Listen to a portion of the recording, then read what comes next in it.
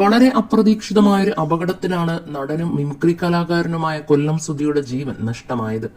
അതിനുശേഷം കൊല്ലം സുധിയുടെ കുടുംബത്തെ സഹായിക്കാൻ സന്നദ്ധ സംഘടനകൾ മുന്നോട്ട് വന്നിരുന്നു. സുധിയുടെ ഭാര്യ രീണുവിനും മക്കളായ രാഹുൽ ദാസിനും റിതുൽ ദാസിനും താമസിക്കാൻ കോട്ടയത്ത് പുതിയ വീടൊരുക്കുകയും ചെയ്തു. സുധിയുടെ ആദ്യ വിവാഹത്തിലുള്ള മകനാണ് കിച്ചു എന്ന പേരിൽ അറിയപ്പെടുന്ന രാഹുൽ. കൊല്ലത്തുള്ള ഇൻസ്റ്റിറ്റ്യൂട്ടിൽ പഠിക്കുന്നതിനാൽ അവിടെയുള്ള അച്ഛന്റെ വീട്ടിലാണ് രാഹുൽ ഇപ്പോൾ താമസിക്കുന്നത്. കോട്ടയത്തുള്ള വീട്ടിൽ രേണുവും മകൻ ഋതുലുമാണ് താമസിക്കുന്നത്. കഴിഞ്ഞ ദിവസം ഇൻസ്റ്റഗ്രാമിൽ രാഹുൽ പങ്കുവച്ച പോസ്റ്റ് ശ്രദ്ധേയമായി. പുതിയ യൂട്യൂബ് ചാനൽ തുടങ്ങുന്നതുമായി ബന്ധപ്പെട്ടായിരുന്നു രാഹുലിന്റെ പോസ്റ്റ്.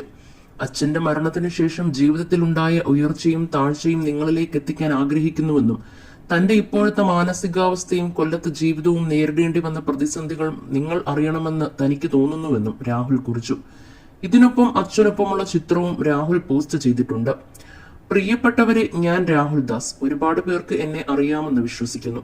ഒരുപക്ഷെ അറിയില്ലെങ്കിൽ ഞാൻ എന്നെ ഒന്ന് പരിചയപ്പെടുത്തട്ടെ.